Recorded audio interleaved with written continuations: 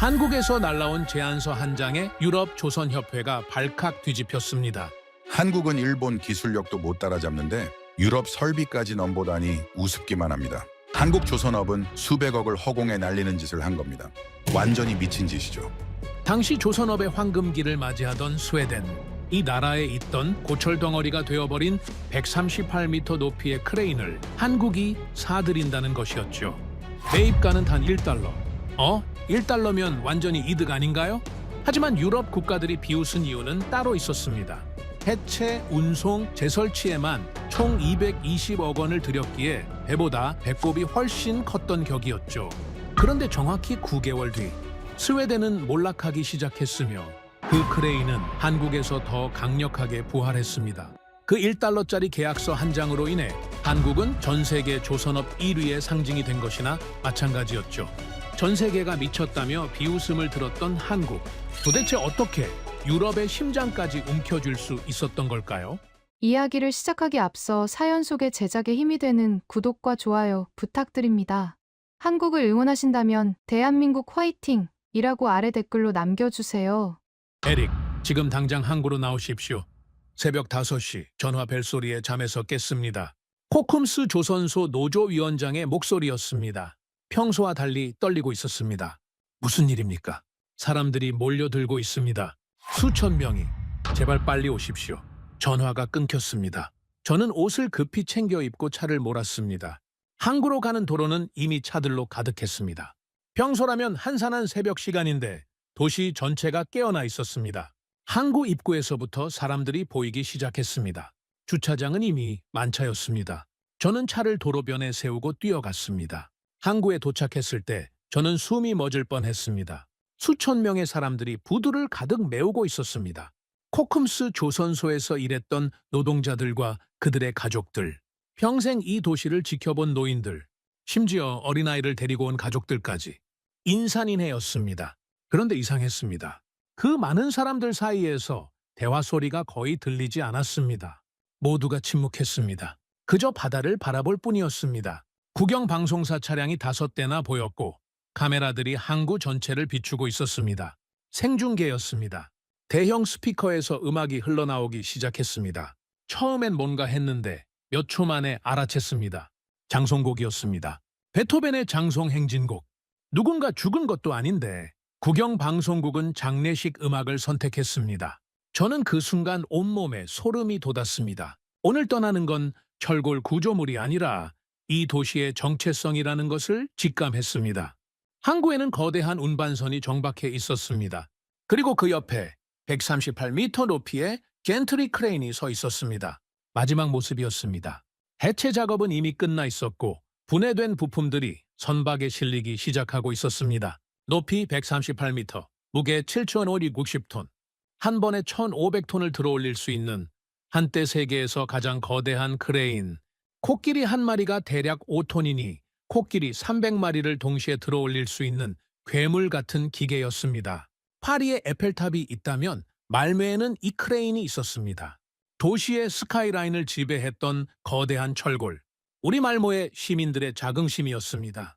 유럽 조선업의 정점을, 스웨덴 기술력의 상징을 1974년에 건설되어 수십 척의 대형 선박을 만들어냈던 이 크레인은 말모의 시민들에게 단순한 설비가 아니었습니다. 미래에 대한 약속이었습니다. 아이들은 이 크레인을 보며 자랐고 부모들은 이 크레인이 있는 조선소에서 일하며 가족을 먹여 살렸습니다.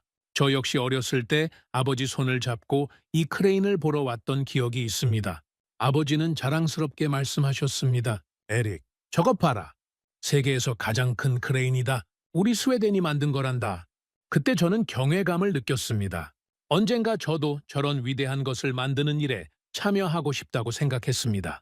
하지만 5년 전부터 모든 게 변했습니다. 1997년 이후 코쿰스 조선소는 단 한 척의 선박도 수주하지 못했습니다. 세계 조선업 시장이 급격히 변하고 있었고 유럽은 점차 뒤처지고 있었습니다. 일본이 시장을 장악했고 한국이라는 신흥 강자가 무서운 속도로 치고 올라왔습니다. 세계 최대의 크레인은 더 이상 자산이 아니었습니다. 움직이지 않는 거대한 철골 덩어리, 유지비만 계속 들어가는 애물단지. 부술 수도 그렇다고 팔 수도 없는 흉물로 전락했습니다. 해체하려면 수백억의 비용이 들 것으로 추정됐습니다. 워낙 거대해서 고철로 부수는 것조차 쉽지 않았습니다. 정치적 부담도 컸습니다. 말모의 시민들에게 이 크레인은 상징이었으니까요. 제 옆으로 한 노인이 다가왔습니다. 70대쯤 돼 보이는 분이었습니다. 손이 떨리고 있었습니다. 저걸 가져가는 게 한국이라고 들었는데 정말입니까? 저는 천천히 고개를 끄덕였습니다. 네, 맞습니다. 노인은 더 이상 아무 말도 하지 않았습니다. 눈가가 붉어지더니 고개를 돌렸습니다. 어깨가 떨렸습니다. 3주 전 저는 그 계약서를 직접 검토했습니다.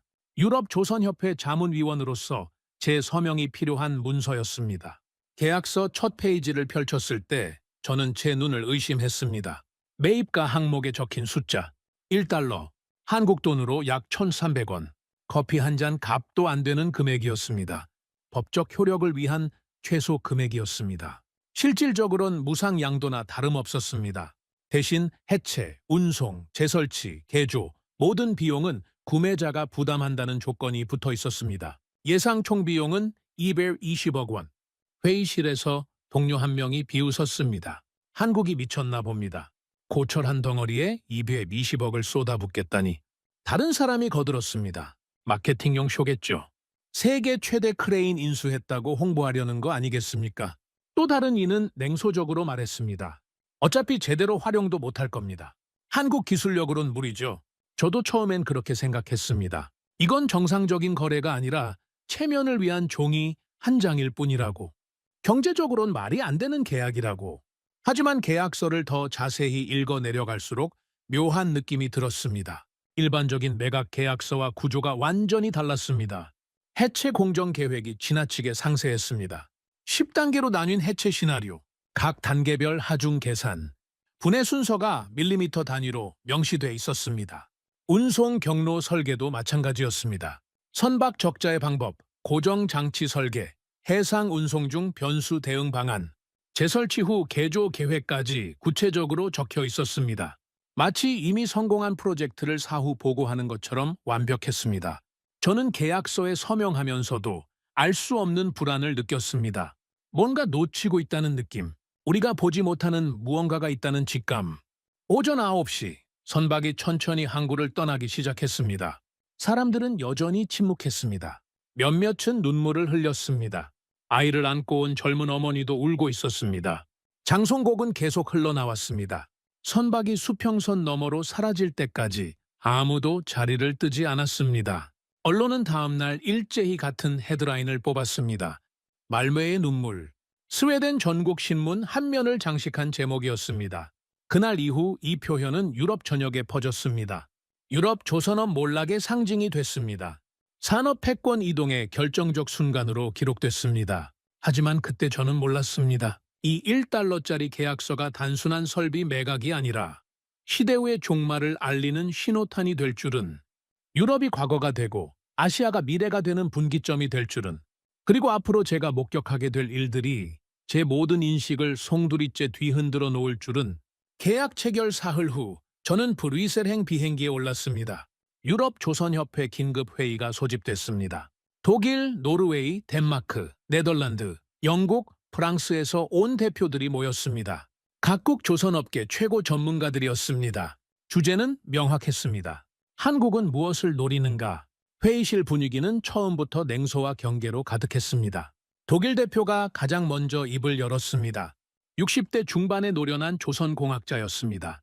한국 조선업이라는 게 뭡니까? 기껏해야 저가 벌크선이나 대량으로 찍어내는 수준 아닙니까? 노르웨이 대표가 동조했습니다. 맞습니다. 일본 기술력 따라잡기도 벅찰 텐데 유럽 설비까지 넘보다니 우습습니다. 덴마크 대표는 더 직설적이었습니다.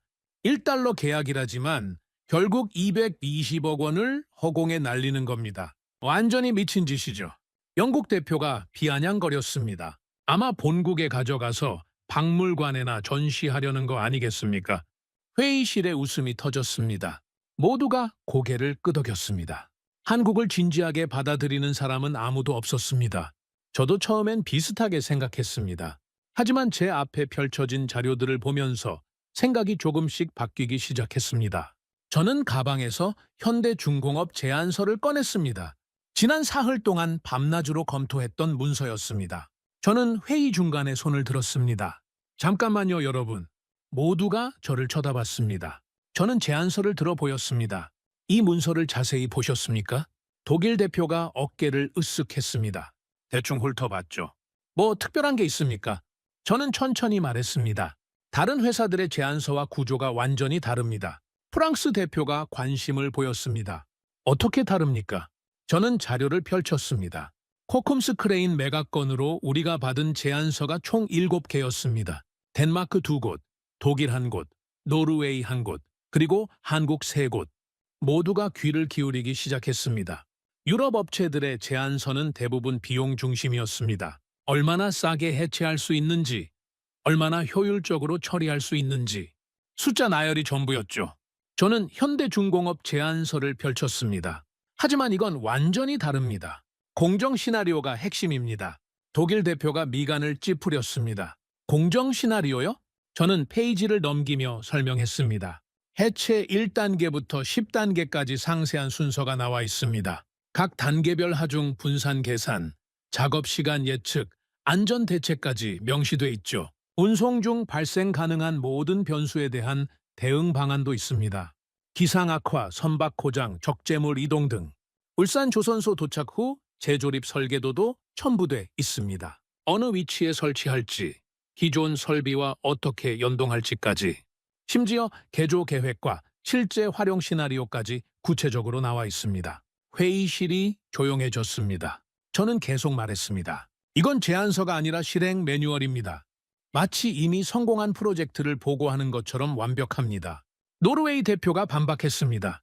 그래봤자 종이 위의 계획 아닙니까? 실제로 해낼 수 있다는 보장은 없습니다. 저는 또 다른 자료를 펼쳤습니다. 그래서 저는 한국조선소 데이터를 추가로 분석했습니다. 현대중공업, 대우조선해양, 삼성중공업 자료였습니다. 생산 속도를 보십시오. 유럽 평균의 1.5배입니다. 도크 규모는 세계 최대 수준입니다. 100만 톤급 선박도 건조 가능한 설비를 갖췄습니다. 공정 병렬화 능력은 일본과 대등하거나 오히려 앞섭니다. 숫자들이 화면에 떠올랐습니다. 객관적인 데이터였습니다. 부정할 수 없는 사실이었습니다. 저는 회의실을 둘러보며 말했습니다. 여러분, 이건 저임금 경쟁이 아닙니다. 방식 자체가 다릅니다. 독일 대표가 여전히 회의적이었습니다. 방식, 에릭, 조선업은 결국 기술입니다. 한국이 우리 수준을 따라올 순 없어요. 영국 대표도 거들었습니다. 저임금 노동력으로 물량 공세를 펼치는 겁니다. 품질은 형편없을 겁니다. 프랑스 대표는 조롱했습니다. 몇 년 지나면 브라질이나 대만처럼 무너질 겁니다. 과도한 투자로 키운 몸집을 감당 못하죠. 저는 대답하지 않았습니다. 반박할 명확한 근거가 아직 부족했으니까요. 하지만 제 안에서 균열이 계속 벌어지고 있었습니다. 같은 데이터를 보고도 우리는 불가능을 봤고 한국은 가능성을 봤습니다. 우리는 비용을 계산했고 한국은 미래를 계산했습니다. 우리는 과거에 머물렀고 한국은 다음 단계를 준비했습니다. 회의가 끝난 후 저는 호텔로 돌아가지 않고 협회 사무실에 남았습니다. 밤 11시가 넘었지만 잠이 오지 않았습니다. 저는 한국 조선업 성장 데이터를 처음부터 다시 펼쳤습니다. 커피를 마시며 숫자를 쫓기 시작했습니다. 1970년대 초반 한국은 원형 어선 몇 척을 수출하는 수준이었습니다. 조선업이라 부르기도 민망한 수준이었죠. 그런 나라가 1970년대 중반 대규모 조선소 건설을 선언했습니다. 세계 1위가 되겠다고 공언했습니다. 당시 업계 전문가들의 반응은 한결같았습니다. 불가능하다. 일본은커녕 유럽도 못 따라잡을 것이다. 브라질이나 대만처럼 곧 망할 것이다. 하지만 숫자는 전문가들의 예측을 비웃었습니다. 1999년 세계 시장 점유율 6.3%. 일본에 이어 당당히 2위에 올랐습니다. 불과 10년도 안 돼서 일어난 일이었습니다. 1980년대 내내 일본을 바짝 추격했습니다. 1990년대 들어서는 격차가 점점 좁혀졌습니다. 기술력도, 생산량도, 품질도. 그러다 1997년 외환위기가 터졌습니다. 한국 경제 전체가 무너졌습니다. IMF 구제금융을 받았습니다. 대부분의 산업이 구조조정에 들어갔습니다. 기업들이 줄줄이 도산했습니다. 조선업도 예외는 아니었습니다. 저를 포함한 유럽 전문가들은 확신했습니다. 한국 조선업은 이제 끝났다고. 과도한 투자로 키운 몸집을 견디지 못하고 무너질 거라고. 하지만 5년이 지난 지금 상황은 정반대였습니다. 2002년 수주량 기준으로 한국은 세계 1위였습니다. 수주 잔량도 1위였습니다. 건조량에서도 일본을 완전히 추월했습니다. 저는 모니터를 응시하며 중얼거렸습니다. 이건 우연이 아니다. 계획된 성장이었습니다. 전략적 투자였습니다. 그리고 가장 충격적인 건 위기 속에서도 절대 멈추지 않았다는 점이었습니다. 다음 날 아침 저는 협회 자료실로 향했습니다. 코쿰스 크레인 매각 협상 기록을 처음부터 다시 확인하기 위해서였습니다. 사실 이 협상은 2년 전부터 시작됐습니다. 1997년 이후 단 한 척의 선박도 수주하지 못한 코쿰스 조선소, 유지비만 매년 수십억이 들어가는 거대한 크레인. 스웨덴 정부는 결단을 내렸습니다.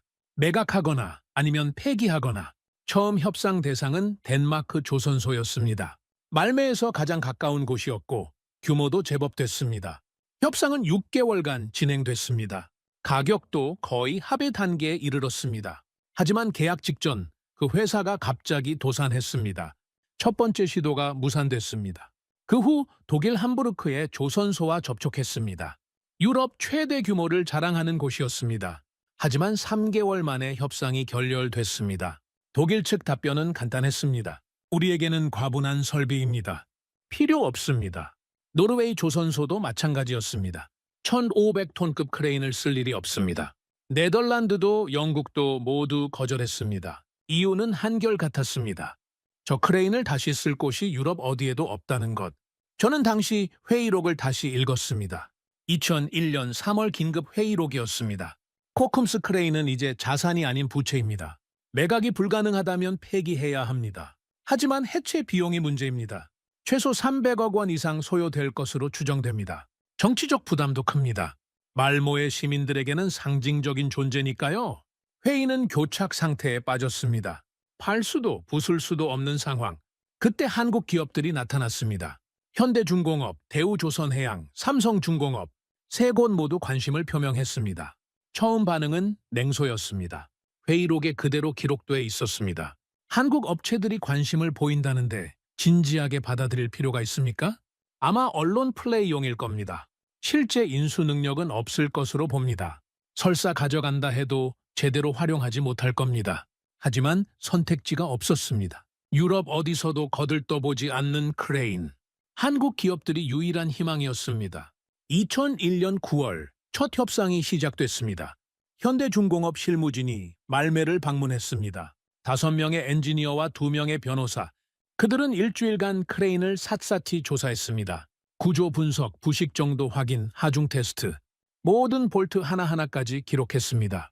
저도 그 과정을 지켜봤습니다. 한국 엔지니어들은 말이 없었습니다. 묵묵히 측정하고 기록하고 사진을 찍었습니다. 감정 표현이 거의 없었습니다. 흥분도 실망도 드러내지 않았습니다. 그저 데이터를 수집할 뿐이었습니다. 일주일 후 그들은 돌아갔습니다. 2달 뒤 정식 제안서가 도착했습니다. 저는 그 제안서를 받아들고 회의실로 향했습니다. 동료들과 함께 검토하기 시작했습니다. 첫 페이지를 펼치는 순간 모두가 웃음을 터뜨렸습니다. 매입가 1달러. 농담입니까? 누군가 말했습니다. 우리를 우습게 보는 겁니까? 또 다른 사람이 분노했습니다. 하지만 저는 웃을 수 없었습니다. 다음 페이지를 넘기는 순간 숨이 멎었으니까요. 해체 비용 전액 부담, 운송 비용 전액 부담, 재설치 비용 전액 부담, 개조 비용 전액 부담, 총 예상 비용 220억 원, 그리고 그 뒤로 이어지는 100페이지가 넘는 상세 계획서. 저는 페이지를 천천히 넘겼습니다. 해체 10단계 시나리오, 각 단계별 작업 시간, 필요 인력, 장비 목록. 하중 계산은 소수점 둘째 자리까지 명시돼 있었습니다. 분해 순서는 3D 도면으로 시각화돼 있었습니다. 운송 계획도 마찬가지였습니다. 선박 적재 위치, 고정 방법, 무게 중심 계산, 해상 운송 중 발생 가능한 36가지 변수와 대응 방안, 기상 악화, 파도 높이별 대처법, 비상 정박 가능 항구 목록까지. 재설치 계획은 더욱 충격적이었습니다. 울산 조선소 배치돼 크레인 위치가 정확히 표시돼 있었습니다. 기존 설비와의 연동 방안, 전력 공급 시스템 재설계, 작업 동선 최적화 계획, 심지어 개조 후 예상 성능까지 계산돼 있었습니다. 인양 능력 1,500톤에서 1,800톤으로 향상, 작업 속도 20% 개선, 에너지 효율 15% 증가. 저는 동료를 쳐다봤습니다. 이건 말이 나오지 않았습니다. 옆에 앉은 독일 출신 엔지니어가 중얼거렸습니다. 이건 제안서가 아니라 교과서입니다. 다른 동료가 덧붙였습니다. 마치 이미 끝난 프로젝트를 보고하는 것 같습니다. 저는 그 순간 깨달았습니다. 우리는 철을 받고 한국은 시간을 받습니다. 우리는 비용을 계산했고 한국은 기회를 계산했습니다. 우리는 흉물을 받고 한국은 자산을 받습니다. 회의가 끝난 후 저는 혼자 남았습니다. 제안서를 처음부터 다시 읽기 시작했습니다. 밤 10시가 넘었지만 집에 갈 생각이 나지 않았습니다. 한 가지 문장이 계속 머릿속을 맴돌았습니다. 제안서 마지막 페이지에 적힌 문구였습니다. 이 크레인은 여전히 세계 최고 수준의 설비입니다. 적절한 개조와 유지 보수를 통해 앞으로 20년 이상 사용 가능합니다. 우리는 이 크레인을 20년 전에 만들었습니다. 그리고 5년 전부터 쓸모없다고 판단했습니다. 하지만 한국은 앞으로 20년을 더 쓸 수 있다고 봤습니다. 같은 크레인을 보고도 우리는 과거를 봤고 한국은 미래를 봤습니다. 저는 창밖을 바라봤습니다. 말모의 항구가 보였습니다. 어둠 속에서도 거대한 크레인 실루엣이 보였습니다. 며칠 후면 저 크레인은 사라질 것입니다. 한국으로 떠날 것입니다. 그리고 다시 살아날 것입니다. 저는 그때 처음으로 인정했습니다. 1달러는 값이 아니라 결단이었습니다. 포기와 도전의 차이였습니다. 과거와 미래의 분기점이었습니다. 첫째 주, 해체 작업이 시작됐습니다. 저는 현장에 나가 있었습니다. 유럽 조선협회 자문위원으로서 안전점검 의무가 있었으니까요. 하지만 솔직히 말하면 그것보다는 호기심이 더 컸습니다. 한국 팀이 정말 저 거대한 크레인을 무사히 해체할 수 있을까? 아니면 중간에 포기하고 돌아갈까? 저만 그런 게 아니었습니다. 유럽 각국에서 전문가들이 모여들었습니다. 공식적으론 기술 자문이라는 명목이었지만 사실상 구경하러 온 것이었습니다. 첫날 아침 현장 사무실에서 회의가 열렸습니다. 현대중공업 현장 책임자가 앞에 섰습니다. 40대 중반으로 보이는 남자였습니다. 이름은 김철수, 현대중공업 해외사업부 차장이었습니다. 그는 프로젝터를 켜고 발표를 시작했습니다. 유창한 영어였습니다. 10주 계획입니다. 1주차 준비 작업, 2주차부터 9주차까지 단계별 해체, 10주차 선적 완료. 독일 전문가가 손을 들었습니다. 10주요? 불가능합니다. 최소 6개월은 걸릴 겁니다. 김 차장은 담담하게 대답했습니다. 저희 시뮬레이션 결과 10주면 충분합니다. 노르웨이 엔지니어가 비웃었습니다. 시뮬레이션이요. 실제 현장은 다릅니다. 변수가 너무 많아요. 김 차장은 다음 슬라이드를 넘겼습니다. 예상 변수 10가지를 도출했고 각각에 대한 대응 시나리오를 준비했습니다. 화면에 표가 떴습니다. 날씨 변수 23가지, 장비 변수 19가지, 구조적 변수 41가지, 기타 변수 14가지. 각 변수마다 대응 방안이 상세히 적혀 있었습니다. 영국 전문가가 냉소적으로 말했습니다. 이론적으로는 완벽해 보이는군요. 하지만 현실은 다릅니다. 사고는 반드시 납니다. 김 차장은 표정 변화 없이 대답했습니다. 안전관리 시스템을 철저히 준수하겠습니다. 그는 자리에 앉았습니다. 회의가 끝나고 저는 김 차장에게 다가갔습니다. 혹시 이런 대형 크레인 해체 경험이 있으십니까? 그는 고개를 저었습니다. 이 규모는 처음입니다. 저는 놀랐습니다. 그런데 어떻게 10주 만에 가능하다고 확신하십니까? 그는 잠시 생각하더니 대답했습니다. 준비했으니까요. 짧은 대답이었지만 묘하게 확신에 차 있었습니다. 다음 날부터 본격적인 작업이 시작됐습니다. 한국에서 온 엔지니어와 작업자가 총 11명, 현지에서 고용한 보조 인력 23명, 총 70명이 투입됐습니다. 첫 작업은 크레인 상부 구조물 분해였습니다. 높이 138m 정점에서 시작하는 작업, 가장 위험한 구간이었습니다. 유럽 전문가들은 예측했습니다. 첫 주에 사고 날 겁니다. 저 높이에서 작업하다 보면 실수가 나올 수밖에 없어요. 하지만 한국 팀은 달랐습니다. 매일 아침 6시 전체 회의가 열렸습니다. 당일 작업 계획 공유, 안전 점검 항목 확인, 예상 위험 요소 재검토, 그리고 작업 시작 전 30분간 장비 점검, 모든 볼트, 모든 와이어, 모든 안전장치를 확인했습니다. 작업은 정확했습니다. 하중 계산대로 크레인을 분해했습니다. 순서를 절대 바꾸지 않았습니다. 매뉴얼을 철저히 따랐습니다. 저는 매일 현장을 방문했습니다. 놀라운 점은 흥분이 없다는 것이었습니다. 한국 엔지니어들은 긴장하지 않았습니다. 침착했습니다. 서두르지도 느긋하지도 않았습니다. 마치 수백 번 연습한 것처럼 움직였습니다. 2주차가 지났습니다. 독일 전문가가 중얼거렸습니다. 아직 사고가 안 났네요. 4주차가 지났습니다. 노르웨이 엔지니어가 놀라워했습니다. 일정이 하루도 안 밀렸어요. 6주차 현장을 방문한 덴마크 안전 전문가가 말했습니다.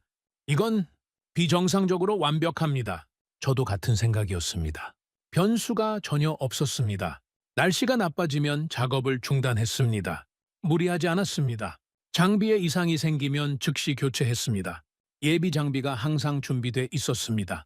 작업자가 피로해 보이면 휴식을 강제했습니다. 안전을 최우선으로 했습니다. 8주차가 됐을 때 영국 전문가가 저에게 다가왔습니다. 에릭, 이거 이상하지 않습니까? 뭐가요? 너무 완벽합니다. 단 한 건의 사고도 없어요. 일정 지연도 없고. 저는 고개를 끄덕였습니다. 그들은 흥분하지 않습니다. 준비돼 있기 때문입니다. 9주차 마지막 날, 마지막 구조물이 분해됐습니다. 138m 높이의 거대한 크레인이 완전히 해체됐습니다. 수천 개의 부품으로 나뉘어 정리됐습니다. 각 부품마다 번호가 매겨졌습니다.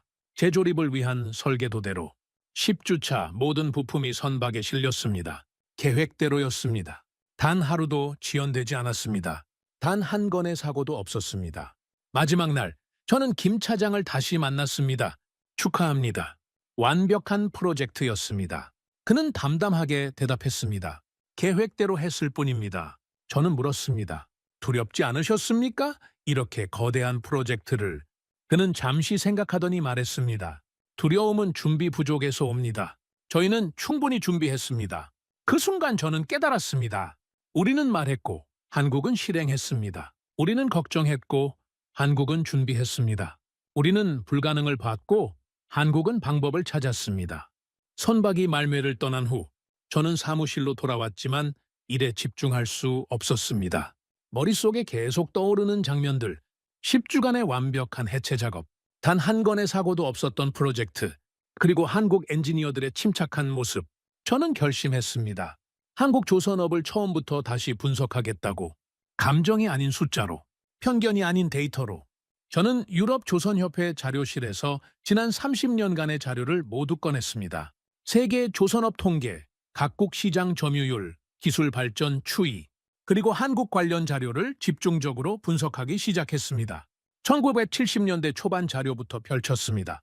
1972년 한국 조선업 현황, 수출액 230만 달러, 세계 시장 점유율 0.1% 미만, 주요 수출품은 소형 어선과 부품, 기술력은 최하위권. 자료에는 이렇게 적혀 있었습니다. 한국은 조선업 후발 주자로서 일본이나 유럽을 따라잡기 어려울 것으로 전망됨.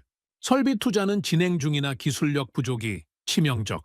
향후 5년 내 브라질, 대만 수준으로 성장 가능할 것으로 예상. 당시 전문가들의 평가는 냉정했습니다. 가능성 없음. 하지만 1973년 자료를 보는 순간 제 손이 멈췄습니다. 현대조선소 설립, 울산의 세계적 규모의 조선소 건설 착수, 목표 연간 건조량 100만 톤. 저는 당시 업계 반응 기록을 찾았습니다. 무모한 도전, 기술도 없이 규모만 키우는 전형적인 실패 케이스가 될 것. 일본 조선소들도 수십 년 걸려 이룬 규모를 단번에 추월하겠다니 황당함. 5년 내 파산 예상. 하지만 숫자는 예측과 달랐습니다. 1975년 첫 선박 인도 성공, 26만 톤급 유조선. 당시로선 대형 선박이었습니다. 1976년 수출액 1억 2천만 달러, 4년 만에 50배 이상 성장. 1977년 연간 건조량 84만 톤 달성. 1979년 세계 시장 점유율 6.3%. 일본에 이어 당당히 2위. 저는 그래프를 그려봤습니다. 거의 수직 상승이었습니다. 정상적인 성장 곡선이 아니었습니다. 폭발적 성장이었습니다. 1980년대 자료를 펼쳤습니다. 한국은 계속 성장했습니다. 1982년 시장 점유율 8.1%, 1985년 11.3%, 1988년 14.7%. 일본과의 격차가 점점 좁혀졌습니다. 하지만 유럽 전문가들의 평가는 여전히 회의적이었습니다. 1987년 유럽 조선협회 보고서. 한국의 성장은 저임금 노동력에 기반한 가격 경쟁력 때문, 기술력은 여전히 일본, 유럽의 뒤처짐, 고부가 가치 선박 건조 능력 부족, 향후 임금 상승 시 경쟁력 상실 예상. 저도 당시엔 그렇게 생각했습니다. 하지만 지금 다시 보니 달랐습니다. 1990년대 자료를 분석하기 시작했습니다. 1990년 한국은 세계 최초로 LNG선 연속 건조에 성공했습니다. 고도의 기술력이 필요한 선박이었습니다. 1993년 세계 최대 컨테이너선 건조, 1995년 초대형 유조선 수주 급증, 기술력이 급격히 향상되고 있었습니다. 그러다 1997년 전환점이 왔습니다. 외환위기, 한국 경제가 무너졌습니다. IMF 구제금융 신청, 기업 연쇄 도산, 실업률 급증. 저는 당시 유럽 조선협회의 긴급 보고서를 찾았습니다. 한국 조선업 붕괴 예상, 대우조선, 한진중공업 등 대형 조선소 부실 심각, 구조조정 불가피, 향후 3년 내 시장 점유율 5% 이하로 하락 전망. 모든 전문가가 동의했습니다. 한국 조선업은 끝났다고. 저는 1998년부터 2002년까지 자료를 천천히 펼쳤습니다. 심장이 빨리 뛰기 시작했습니다. 1998년 시장 점유율 23.2%, 오히려 증가했습니다. 1999년 28.7%, 2000년 32.1%, 2001년 35.4%, 2002년 30.9%. 저는 숫자를 다시 확인했습니다. 틀림없었습니다. 외환위기 와중에 오히려 폭발적으로 성장했습니다. 저는 세부 자료를 더 파고들었습니다. 1998년 한국 조선소들의 움직임, 현대중공업 도크 증설, 대우조선해양 LNG선 기술 개발 투자, 삼성중공업 해양 플랜트 진출, 위기 상황에서 공격적으로 투자했습니다. 정상적인 판단이 아니었습니다. 상식적으로 이해할 수 없는 선택이었습니다. 하지만 결과는 성공이었습니다. 저는 의자에 기대며 천장을 바라봤습니다. 이건 우연이 아니다. 계획된 성장이었습니다. 전략적 판단이었습니다. 그리고 무엇보다 확신에 찬 투자였습니다. 저는 일본 조선업 자료와 비교하기 시작했습니다. 1990년대 일본의 선택, 안정적 운영, 점진적 성장, 보수적 투자, 위기시 방어적 자세. 반면 한국은 정반대였습니다. 공격적 투자, 빠른 의사결정, 위기를 기회로 전환. 2002년 기준 수주량, 한국 1위, 일본 2위. 수주 잔량, 한국 1위, 일본 2위. 건조량, 한국 1위, 일본 2위. 30년 만에 완전히 역전됐습니다. 저는 유럽 조선업 자료도 펼쳤습니다. 1970년대 유럽은 세계 조선업을 지배했습니다. 스웨덴, 독일, 영국, 프랑스, 이탈리아. 최고의 기술력, 최고의 품질. 하지만 1980년대부터 쇠퇴하기 시작했습니다. 일본에게 밀렸습니다. 1990년대 들어 급격히 몰락했습니다. 한국에게도 밀렸습니다. 2002년 유럽 시장 점유율 5% 미만, 주요 조선소 대부분 폐쇄, 코쿰스 조선소처럼 저는 세 지역의 그래프를 나란히 그렸습니다. 유럽은 하락 곡선, 일본은 정체 곡선, 한국은 상승 곡선. 세 선이 2002년에 교차했습니다. 패권 이동의 결정적 순간. 저는 데이터를 보며 중얼거렸습니다. 숫자는 거짓말을 하지 않는다. 한국의 성공은 우연이 아니었습니다. 저임금 때문만도 아니었습니다. 계획된 국가 전략이었습니다.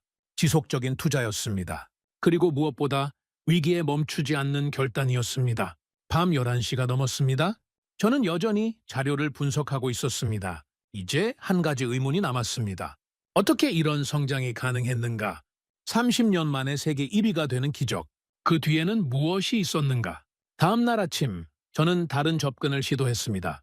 숫자가 아닌 사람, 한국 조선업을 이끈 인물들을 찾기 시작했습니다. 가장 먼저 떠오른 이름은 정주영이었습니다. 현대그룹 창업주, 한국 조선업의 아버지로 불리는 인물. 저는 그에 대한 자료를 수집했습니다. 1970년대 초, 그는 조선소도 없이 영국 바클레이 은행에서 거액을 차입했습니다. 허허벌판 사진 한 장으로 그리스 선주로부터 선박 수주를 받았습니다. 상식적으로 불가능한 일들을 해냈습니다. 놀라운 추진력이었습니다. 하지만 뭔가 부족했습니다. 추진력만으로는 설명되지 않는 부분이 있었습니다. 기술은 어디서 왔는가? 설계 능력은 누가 제공했는가? 인재는 어떻게 양성했는가? 저는 한국조선공학발전사를 찾기 시작했습니다. 서울대학교 조선해양공학과 자료, 부산대학교 조선해양공학과 자료, 각종 연구 논문과 학술지, 그리고 한 이름이 반복적으로 등장했습니다. 김재근. 처음엔 그저 교수 한 명으로 생각했습니다. 하지만 자료를 읽어 내려갈수록 놀라움이 커졌습니다. 김재근 1920년 평안남도 출생, 일제강점기 시절 경성제국대학 기계공학과 졸업 후 일본 잠수정 설계부서 배치. 당시 조선인에게는 절대 허용되지 않던 자리였습니다. 군사 기밀을 다루는 핵심 부서. 하지만 그는 뛰어난 실력으로 그곳에 들어갔습니다. 해방 후 1949년 서울대학교 조선항공공학과 교수 임용. 그런데 놀라운 점이 있었습니다. 그는 조선공학을 정식으로 배운 적이 없었습니다. 모두 독학이었습니다. 복잡한 유체역학, 구조역학, 선박 설계, 교과서도 제대로 없던 시절. 그는 혼자서 모든 걸 배웠습니다. 그리고 학생들을 가르쳤습니다. 1953년 한국전쟁 막바지. 그는 미국 MIT로 파견됐습니다. 방문연구원 자격이었습니다. 그곳에서 최신 조선공학을 배웠습니다. 기초 설계부터 전 과목을 수강했습니다. 1년 후 한국으로 돌아왔습니다. 머리에 선진 조선공학 지식을 가득 담아서 그리고 학생들에게 전수했습니다. 저는 그의 제자 명단을 찾았습니다. 1950년대부터 1980년대까지 수백 명의 이름이 나열돼 있었습니다. 그중 상당수가 한국조선업계 핵심 인사가 됐습니다. 현대중공업 설계부장, 대우조선기술이사, 삼성중공업 연구소장, 한국조선업을 실질적으로 이끈 사람들 모두 김재근의 제자였습니다. 저는 한 일화를 발견했습니다. 1998년 김재근 박사학위 취득. 이미 교수가 된 지 20년이 지난 시점이었습니다. 왜 그렇게 늦었을까? 자료를 읽어보니 이유가 나왔습니다. 자신의 박사학위보다 고급 기술자 한 명을 더 길러내는 게 중요하다고 생각했다. 그는 자신의 학위를 뒤로 미뤘습니다. 학생들을 가르치는데 집중했습니다. 그래서 1968년 그는 자신의 제자에게서 박사학위를 받는 아이러니한 상황이 벌어졌습니다. 저는 1960년대 자료를 더 찾았습니다. 1961년 박정희 군사정부 집권, 경제개발에 집중하기 시작했습니다. 박정희는 각 분야 전문가를 청와대로 초청했습니다. 조언을 구하기 위해서였습니다. 김재근도 그중 한 명이었습니다. 회의록을 찾았습니다. 1962년 3월 청와대 경제자문회의. 김재근의 발언이 기록돼 있었습니다. 수출이 증가하면 해상 운송 물동량이 필연적으로 늘어납니다. 전 세계적으로 선박 수요가 폭발할 것입니다. 한국이 직접 해운업에 뛰어드는 것도 좋지만 조선업을 육성하는 게 더 효과적입니다. 세계에서 쏟아지는 선박 주문을 받을 수 있다면 경제 발전이 훨씬 빨라질 것입니다. 박정희는 그의 말을 경청했습니다. 그리고 결정을 내렸습니다. 조선업 육성, 1962년 조선공업진흥법 제정, 1970년대 대규모 조선소 건설 추진, 모든 게 김재근의 조언에서 시작됐습니다. 저는 자료를 보며 전율했습니다. 한국 조선업의 뿌리. 그것은 한 사람의 헌신에서 시작됐습니다. 독학으로 조선공학을 배운 사람, 자신의 학위보다 제자 양성을 우선한 사람, 국가의 미래를 설계한 사람. 저는 유럽과 비교했습니다. 유럽 조선업은 수백 년 역사를 자랑했습니다. 전통과 경험이 축적돼 있었습니다. 하지만 그것에 안주했습니다. 변화를 두려워했습니다. 새로운 도전을 회피했습니다. 반면 한국은 달랐습니다. 아무것도 없는 상태에서 시작했습니다. 하지만 사람에 투자했습니다. 김재근 같은 인재가 수백 명의 엔지니어를 길러냈습니다. 그 엔지니어들이 또 다른 인재를 양성했습니다. 선순환 구조.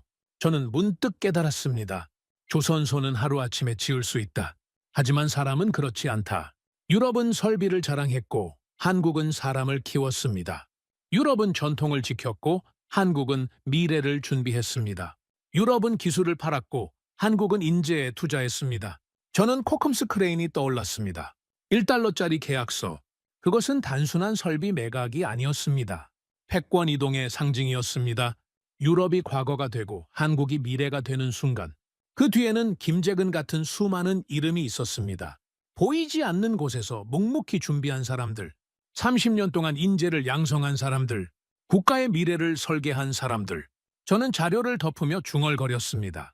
우리는 크레인을 잃었지만 한국은 사람을 얻었다. 우리는 설비에 의존했지만 한국은 인재를 만들었다. 그것이 차이였다. 어느 날 오후 제 이메일함에 한 통의 메시지가 도착했습니다. 발신인은 현대중공업 김철수 차장이었습니다. 말매에서 해체 작업을 지휘했던 그 사람. 제목은 간단했습니다. 코쿰스 크레인 재가동 완료 보고. 저는 마우스를 클릭하는 손이 떨렸습니다. 이메일을 열었습니다. 첨부 파일이 여러 개 있었습니다. 사진, 기술 보고서, 성능 테스트 결과. 첫 번째 사진을 열었습니다. 울산 현대중공업 조선소 정형, 거대한 도크가 보였고 그 위로 익숙한 실루엣이 우뚝 서 있었습니다. 코쿰스 크레인. 말매를 떠난 지 9개월 만이었습니다. 저는 숨을 멈추고 사진을 확대했습니다. 크레인은 완벽하게 재조립돼 있었습니다. 138m 높이 그대로. 거대한 철골 구조가 한국 하늘 아래 다시 섰습니다. 두 번째 사진. 크레인이 실제로 작동하고 있었습니다. 거대한 선박 블록을 들어 올리는 모습. 세 번째 사진. 작업자들이 크레인 아래에서 일하고 있었습니다. 노란색 안전모를 쓴 수십 명의 인력. 네 번째 사진. 크레인 제어실 내부. 최신 디지털 시스템으로 개조돼 있었습니다. 저는 기술 보고서를 열었습니다. 재조립 과정이 상세히 기록돼 있었습니다. 2002년 10월 울산 도착, 11월부터 재조립 작업 시작, 2003년 2월 재조립 완료, 3월부터 5월까지 개조 작업, 제어 시스템 디지털화, 유압 시스템 교체, 안전장치 현대화, 전력 공급 시스템 업그레이드, 6월 1일 첫 가동 테스트, 6월 15일 정식 가동 시작. 성능 테스트 결과를 보는 순간 저는 의자에서 일어났습니다. 인양 능력 기존 1,500톤에서 1,800톤으로 향상, 작업 속도 23% 개선, 에너지 효율 18% 증가, 안전 시스템 완전 자동화. 말매에서는 노후화된 흉물이었던 크레인이 울산에서는 최신 설비로 재탄생했습니다. 더 강력하게, 더 효율적으로, 더 안전하게. 저는 전화기를 들었습니다. 독일 동료에게 전화를 걸었습니다. 한스, 지금 이메일 확인 좀 해보세요. 무슨 일입니까? 코쿰스 크레인 관련입니다. 잠시 침묵이 흘렀습니다. 키보드 타이핑 소리가 들렸습니다. 그리고 한숨 소리. 이럴 수가. 그는 말을 잇지 못했습니다. 저는 노르웨이 동료에게도 전화했습니다. 영국 동료에게도, 프랑스 동료에게도. 반응은 모두 비슷했습니다. 충격, 믿을 수 없다는 반응, 그리고 인정. 다음 날 유럽조선협회에 긴급 화상회의가 소집됐습니다. 안건은 하나, 코쿰스 크레인 재가동 보고. 독일 대표가 먼저 입을 열었습니다. 성능이 오히려 향상됐다니 어떻게 이런 일이 가능합니까? 노르웨이 대표가 대답했습니다. 개조 기술이 뛰어났던 겁니다. 우리가 예상했던 것보다 훨씬. 영국 대표는 냉정했습니다. 예상이 아니라 오판이었습니다. 우리는 한국을 완전히 잘못 봤어요. 프랑스 대표가 한숨을 쉬었습니다. 9개월 만에 재조립하고 개조까지 완료했다는 게 믿기지 않습니다. 덴마크 대표가 말했습니다. 우리는 같은 크레인을 폐기하려고 2년을 고민했는데 한국은 9개월 만에 되살렸습니다. 회의실이 무거운 침묵에 빠졌습니다. 저는 조용히 말했습니다. 여러분, 이제 인정해야 합니다. 모두가 저를 쳐다봤습니다. 한국은 우리가 생각했던 것보다 훨씬 앞서 있습니다. 기술력도, 실행력도, 전략적 사고도. 1달러짜리 계약서는 우리 입장에서 본 것이고 그들 입장에서는 220억 원을 투자해 최고 성능의 크레인을 확보한 겁니다. 독일 대표가 반박하려 했지만 말이 나오지 않았습니다. 저는 계속했습니다. 우리는 고철을 받고 한국은 자산을 받습니다. 우리는 비용을 계산했고 한국은 가치를 계산했습니다. 우리는 과거에 집착했고 한국은 미래를 선택했습니다. 영국 대표가 쓴웃음을 지었습니다. 결국 우리가 완전히 진 겁니까? 저는 고개를 끄덕였습니다. 네, 완전히 졌습니다. 그날 밤 저는 혼자 사무실에 남았습니다. 울산 조선소 사진을 다시 펼쳤습니다. 거대한 크레인이 선박 블록을 들어 올리고 있었습니다. 한때 말묘의 자랑이었던 크레인, 유럽 조선업의 상징이었던 크레인, 이제는 한국 조선업의 도구가 됐습니다. 더 강력하게, 더 효율적으로. 저는 2002년 9월 25일을 떠올렸습니다. 말모의 항구에 모인 수천 명의 사람들. 흐르던 장송곡, 눈물. 그날 우리는 장례식을 치렀습니다. 유럽 조선업의 장례식을.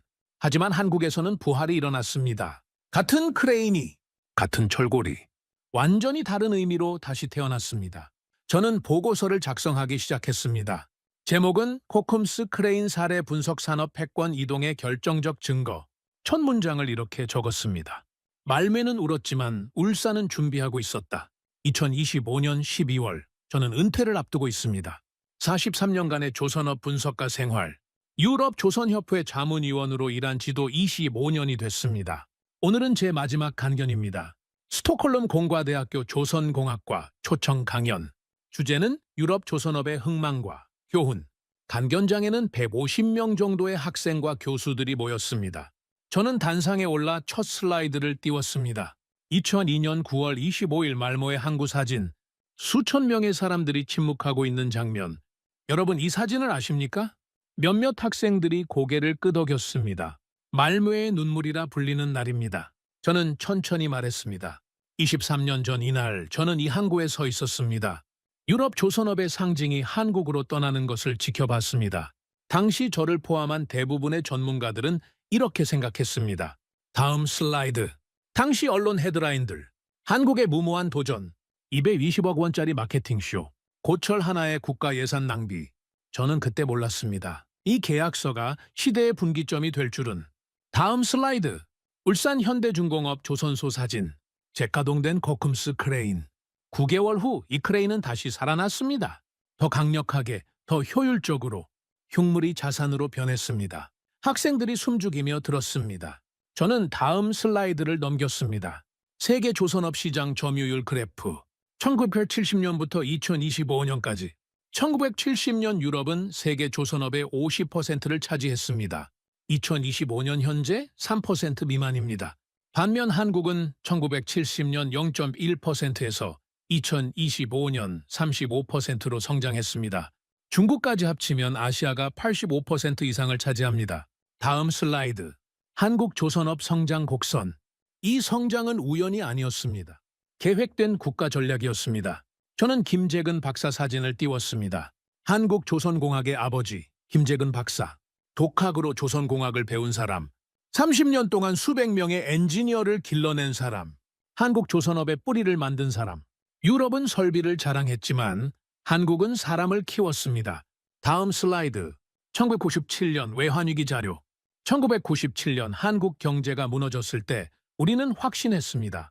한국 조선업은 끝났다고. 하지만 한국은 오히려 공격적으로 투자했습니다. 위기를 기회로 전환했습니다. 그리고 5년 만에 세계 1위가 됐습니다. 저는 학생들을 둘러봤습니다. 모두가 집중하고 있었습니다. 여러분께 질문하겠습니다. 왜 유럽은 몰락했고 한국은 성공했을까요? 한 학생이 손을 들었습니다. 기술력 차이 아닙니까? 저는 고개를 저었습니다. 아닙니다. 1980년대까지만 해도 유럽 기술력이 월등히 앞섰습니다. 다른 학생이 말했습니다. 저임금 노동력 때문 아닙니까? 저는 다시 고개를 저었습니다. 그것도 일부지만 본질은 아닙니다. 2000년대 들어 한국 임금은 크게 상승했지만 여전히 1위를 유지했습니다. 저는 천천히 대답했습니다. 차이는 태도였습니다. 유럽은 과거를 붙잡았고 한국은 미래를 선택했습니다. 유럽은 안주했고 한국은 도전했습니다. 유럽은 위기에 멈췄고 한국은 위기에 달렸습니다. 다음 슬라이드. 1달러짜리 계약서 사진. 이 계약서를 보십시오. 1달러. 우리 눈에는 굴욕이었습니다. 하지만 한국 눈에는 기회였습니다. 우리는 비용을 받고 한국은 가치를 받습니다. 우리는 과거를 받고 한국은 미래를 받습니다. 저는 마지막 슬라이드를 띄웠습니다. 현재 말모의 항구 사진. 디옴빈 부두. 크레인이 사라진 자리. 말매는 여전히 아름다운 도시입니다. 하지만 조선소는 사라졌습니다. 크레인도 없습니다. 일자리도 없습니다. 반면 울산은 세계 최대 조선소 도시가 됐습니다. 수만 명이 일하고 있습니다. 첨단 기술이 개발되고 있습니다. 미래가 만들어지고 있습니다. 저는 학생들을 바라보며 말했습니다. 여러분, 역사는 반복됩니다. 하지만 교훈을 배우지 않으면 비극도 반복됩니다. 유럽 조선업의 몰락은 필연이 아니었습니다. 선택의 결과였습니다. 안주하고 변화를 두려워하고 과거에 집착한 결과였습니다. 반면 한국의 성공도 우연이 아니었습니다. 도전하고 투자하고 미래를 준비한 결과였습니다. 간견이 끝나고 한 학생이 질문했습니다. 교수님, 지금이라도 유럽 조선업이 부활할 수 있을까요? 저는 잠시 생각했습니다. 어렵습니다. 하지만 불가능하지는 않습니다. 다만 한 가지는 확실합니다. 과거의 방식으로는 절대 불가능합니다. 완전히 새로운 접근이 필요합니다. 그리고 무엇보다 사람에 투자해야 합니다. 강연장을 나서며 저는 창밖을 바라봤습니다. 스톡홀름의 겨울 하늘. 23년 전 그날처럼 차가웠습니다. 하지만 제 마음은 더 이상 차갑지 않았습니다. 패배를 인정했고 교훈을 배웠으니까요. 저는 중얼거렸습니다. 말매의 눈물은 끝이 아니라 기록이었다. 패권은 소리 없이 이동한다. 그리고 역사는 준비된 자의 것이다. 간견이 끝나고 일주일 후 저는 예상치 못한 초대를 받았습니다. 한국 울산관격시와 현대중공업의 공동 초청. 코쿰스 크레인 재가동 20주년 기념 행사. 2023년 6월이었습니다. 처음엔 거절하려 했습니다. 23년 전 그날의 기억이 여전히 생생했으니까요. 말모의 항구의 침묵, 장송곡, 눈물. 하지만 동시에 호기심도 생겼습니다. 그 크레인은 지금 어떻게 됐을까? 20년 동안 정말 잘 작동했을까? 저는 초대를 받아들였습니다. 6월 15일, 저는 인천공항에 도착했습니다. 생전 처음 밟는 한국 땅. 공항부터 압도됐습니다. 거대한 규모, 효율적인 시스템, 첨단 시설. 현대중공업에서 보낸 차량이 저를 기다리고 있었습니다. 울산까지는 차로 4시간 거리. 창밖 풍경을 보며 저는 놀랐습니다. 고속도로 인프라, 도시개발, 산업단지. 23년 전 자료에서 봤던 한국과는 완전히 달랐습니다. 울산에 도착했을 때는 저녁 6시였습니다. 호텔 체크인을 마치고 창밖을 바라봤습니다. 멀리 현대중공업 조선소가 보였습니다. 거대한 도크들, 수십 개의 크레인들, 그리고 그중 가장 높은 곳에 익숙한 실루엣, 코쿰스 크레인. 20년이 지났지만 여전히 우뚝 서 있었습니다. 다음 날 아침 행사가 시작됐습니다. 현대중공업 본관 대강당. 500명이 넘는 사람들이 모였습니다. 한국 조선업계 인사들, 정부 관계자들, 언론, 그리고 저 같은 해외 초청 인사들. 개회사가 시작됐습니다. 현대중공업 사장이 단상에 올랐습니다. 20년 전 오늘 코쿰스 크레인이 이곳에서 첫 가동을 시작했습니다. 많은 이들이 불가능하다고 했습니다. 하지만 우리는 해냈습니다.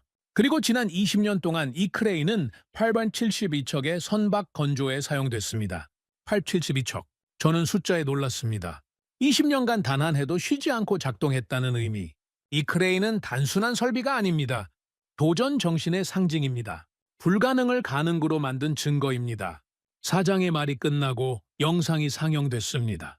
2002년 말모의 해체 작업 장면, 2003년 울산 재조립 과정, 20년간의 작업 기록, 그리고 현재 모습.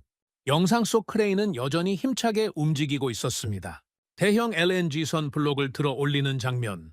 정확하고 안정적이고 강력했습니다. 영상이 끝나고 저에게 발표 순서가 왔습니다. 주제는 유럽 전문가가 본 코쿰스 크레인 이전의 의미. 저는 단상에 올라 청중을 바라봤습니다. 한국어 동시 통역이 제공됐습니다. 안녕하십니까. 에릭 래프그렌입니다. 저는 23년 전 말모의 항구에 서 있던 사람입니다. 청중이 조용해졌습니다. 그날 저는 유럽 조선업의 종말을 목격했습니다. 하지만 동시에 한국 조선업의 시작도 목격했습니다. 저는 슬라이드를 넘겼습니다. 1달러짜리 계약서 사진. 이 계약서를 처음 봤을 때 저는 비웃었습니다. 한국이 미쳤다고 생각했습니다. 220억 원을 쓰면서 1달러에 산다니 말이 안 된다고. 하지만 제가 틀렸습니다. 여러분은 비용을 본 게 아니라 가치를 봤습니다. 여러분은 과거를 산 게 아니라 미래를 샀습니다. 다음 슬라이드. 20년간의 성과 데이터. 872척의 선박. 20년간 무사고 운영. 성능 향상률 35%. 이것이 여러분의 답입니다. 청중 사이에서 박수가 터져 나왔습니다. 저는 계속했습니다. 하지만 제가 오늘 말씀드리고 싶은 건 크레인 이야기가 아닙니다. 크레인 뒤에 숨은 사람들 이야기입니다. 저는 김재근 박사 사진을 띄웠습니다. 한국조선공학의 아버지. 이분이 없었다면 오늘 이 자리도 없었을 겁니다. 그리고 이분 같은 수많은 사람들. 30년, 40년, 50년 동안 묵묵히 준비한 사람들. 그들이 진짜 주인공입니다. 저는 마지막 슬라이드를 띄웠습니다. 말매와 울산의 대비 사진. 유럽은 설비에 의존했습니다. 한국은 사람에 투자했습니다. 유럽은 과거를 지켰습니다. 한국은 미래를 만들었습니다. 그것이 차이였습니다. 발표가 끝나고 기립박수가 이어졌습니다. 저는 단상에서 내려와 자리로 돌아왔습니다. 옆자리에 앉은 한국 교수가 말을 걸었습니다. 감동적인 발표였습니다. 감사합니다. 혹시 오후에 시간 되십니까? 조선소 투어가 예정돼 있습니다. 저는 고개를 끄덕였습니다. 물론입니다. 꼭 가고 싶습니다. 오후 2시 버스를 타고 조선소로 향했습니다. 정문을 지나는 순간 저는 압도됐습니다. 규모가 상상을 초월했습니다. 축구장 수백 개를 합친 크기, 거대한 도크 6개, 수십 개의 크레인, 수천 명의 작업자, 동시에 건조 중인 선박만 20척이 넘었습니다. LNG선, 컨테이너선, 유조선, 해양 플랜트, 모두 최첨단 기술이 집약된 고부가 가치 선박들. 그리고 가장 높은 곳에 코쿰스 크레인. 버스가 크레인 앞에 멈췄습니다. 저는 내려서 올려다봤습니다. 138m, 23년 전 말매에서 봤던 그 크레인. 하지만 완전히 달라 보였습니다. 더 당당했습니다. 더 생명력이 넘쳤습니다. 안내원이 설명했습니다. 이 크레인은 현재 우리 조선소의 핵심 설비입니다. LNG선 같은 대형 선박 건조에 필수적입니다. 하루 평균 15시간 가동됩니다. 지난 20년간 고장으로 인한 작업 중단은 단 3일 뿐입니다. 저는 놀라움을 감추지 못했습니다. 3일요? 네, 정기 점검을 철저히 하기 때문입니다. 예방 정비에 집중합니다. 그래서 고장이 거의 없습니다. 저는 크레인을 바라보며 중얼거렸습니다. 당신은 다시 살아났구나. 그날 저녁 환영 만찬이 열렸습니다. 현대중공업 임원들, 정부 관계자들, 그리고 초청 인사들. 식사 중간에 한 임원이 제게 물었습니다. 교수님, 솔직히 23년 전엔 어떻게 생각하셨습니까? 저는 솔직하게 대답했습니다.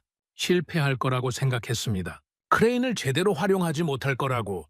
몇 년 지나면 후회할 거라고. 그는 웃었습니다. 많은 분들이 그렇게 생각하셨죠. 하지만 저희는 확신이 있었습니다. 왜 그렇게 확신하셨습니까?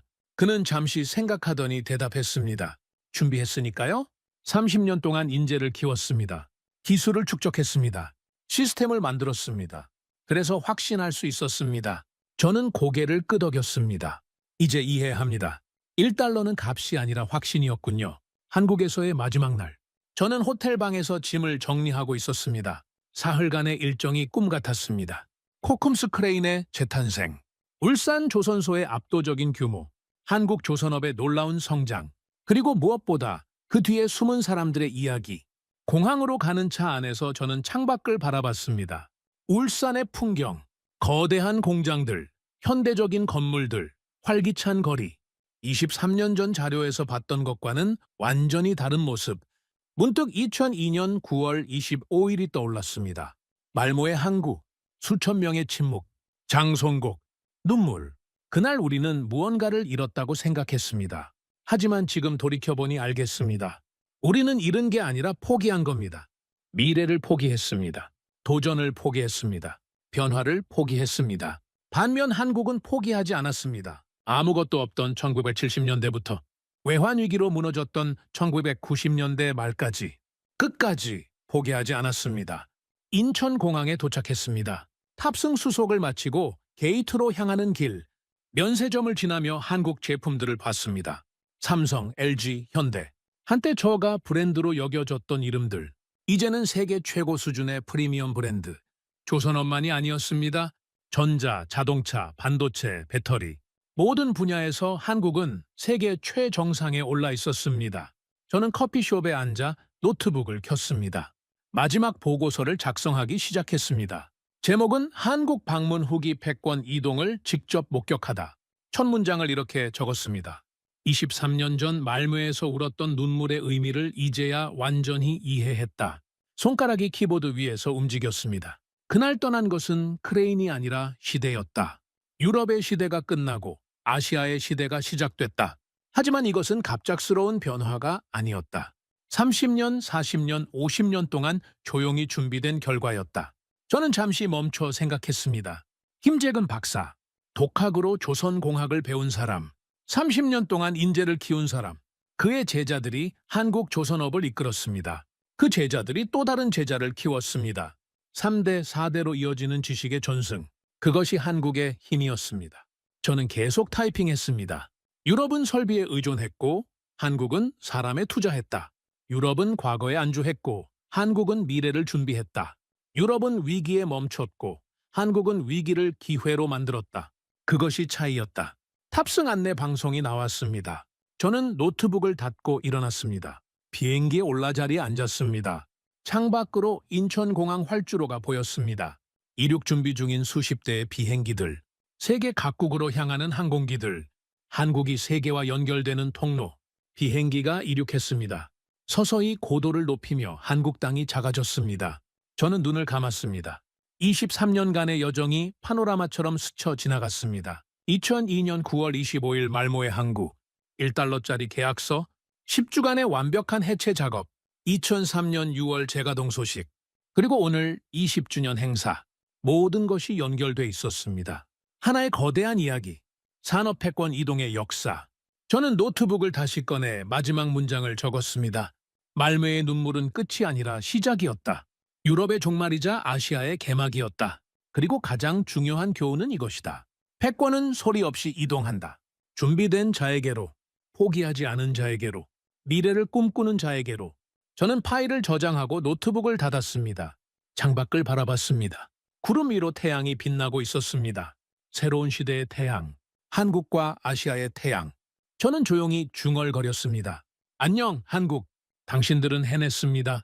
불가능을 가능으로 만들었습니다. 그리고 세계에 증명했습니다. 준비와 도전과 끈기가 얼마나 강력한지. 비행기는 계속 서쪽으로 날아갔습니다. 유럽으로, 제 고향으로. 하지만 제 마음 한편에는 한국이 남아 있었습니다. 코쿰스 크레인이 서 있는 울산. 김재근 박사가 키운 수많은 인재들. 포기하지 않았던 한국인들. 그들이 보여준 기적. 저는 은퇴 후 회고록을 쓰기로 결심했습니다. 제목은 이미 정했습니다. 1달러의 교훈 한 조선업 분석가가 목격한 패권 이동의 역사. 23년간의 기록, 실패와 성공의 대비. 그리고 무엇보다 다음 세대에게 남기는 메시지. 과거에 안주하지 마라. 미래를 준비하라. 사람에 투자하라. 포기하지 마라. 그것이 한국이 우리에게 가르쳐준 교훈이다. 비행기가 고도를 안정시켰습니다. 저는 눈을 감고 잠에 빠져들었습니다. 꿈속에서 저는 다시 말모의 항구에 서 있었습니다. 하지만 이번엔 울지 않았습니다. 미소 지었습니다. 왜냐하면 이제 알았으니까요. 끝이 아니라 시작이었다는 것을, 패배가 아니라 교훈이었다는 것을, 그리고 역사는 계속된다는 것을. 여러분은 어떻게 생각하십니까? 1달러짜리 계약서가 단순한 거래였을까요? 아니면 시대 변화의 신호탄이었을까요? 우리가 자랑스러워해야 할 것은 화려한 성과만이 아닙니다. 묵묵히 30년, 40년을 준비한 수많은 사람들, 위기 속에서도 포기하지 않았던 도전 정신, 그리고 미래를 향한 끊임없는 투자입니다. 구독과 좋아요로 응원해 주시면 더욱 재미있는 이야기로 찾아뵙겠습니다. 해외 감동 사연을 소개해드리는 스페셜 코리아였습니다. 감사합니다.